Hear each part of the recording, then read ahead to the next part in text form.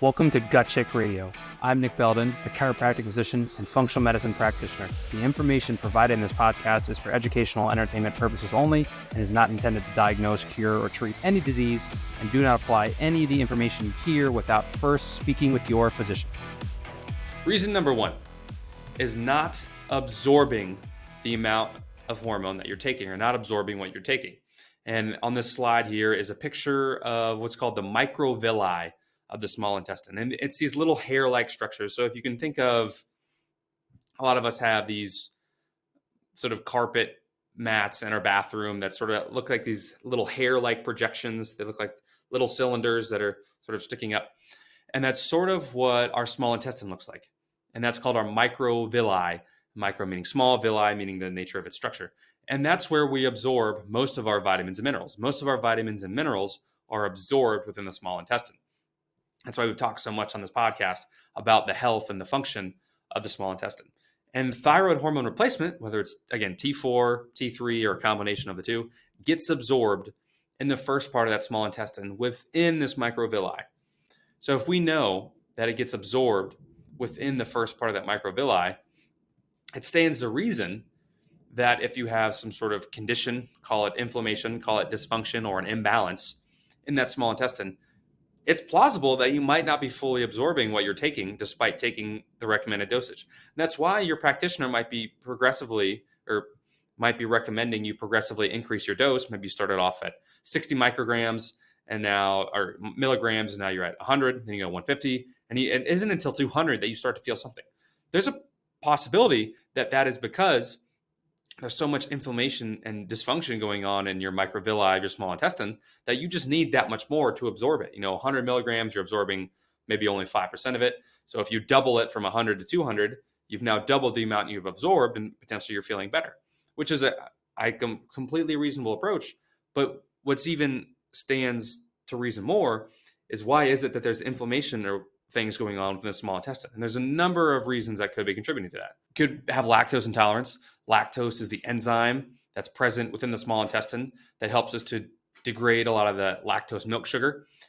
And because it's present within the small intestine, specifically within that microvilli, if there's inflammation there, you could damage the literal house where these enzymes live. So not as many houses, not as many people. So it might not be as many enzymes. Number two is an H. pylori infection. H. pylori was a bacteria that was discovered in the late 1900s, about 1980, 1990s, to be one of the number one cause of stomach ulcers. And so it does its most amount of work, I'll say, in the stomach, but can also be an involved agent in the small intestine, which can in and of itself, again, be contributing to damage within the small intestine. Number three is a condition called autoimmune gastritis. Now, we've talked previously on this podcast about autoimmunity. I don't love the phrase that it's the immune system wrongly attacking itself. I think the body is perfectly designed, and its innate wisdom and its intelligence. So nothing is happening for wrong reasons. It's happening because of a certain input you've been giving your body. So it's giving you an output based on the inputs, as we've talked about in the intro.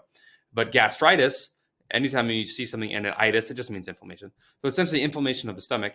And it's a theory that there's an autoimmune process. Your immune system is mounting a response within the stomach that could be affecting the pH of the stomach, which has a huge implications for all things protein and especially vitamin mineral absorption and digestion. So if that's going on, that could be something that could be affecting your hormone replacement absorption. And the last two, to me, are probably really the most important. Number four is celiac disease. We know celiac disease itself, an autoimmune condition, is actually where the immune system directly targets those microvilli.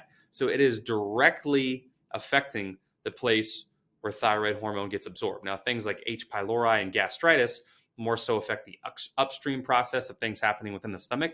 But celiac disease, the hallmark of it is literally the microvilli of the small intestine. That's why if you have celiac, you've had a biopsy of your small intestine to see how much damage, I don't even love the word damage, to see how much stress has been caused to the microvilli.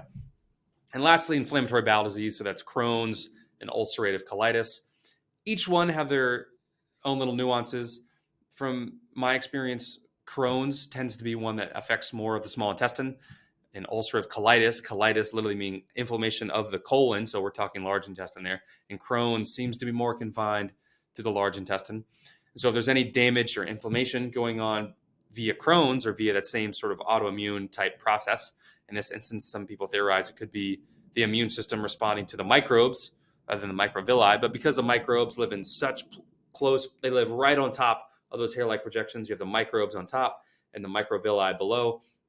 If there's inflammation and stress happening to the microbiome, it's probably also happening to the microvilli.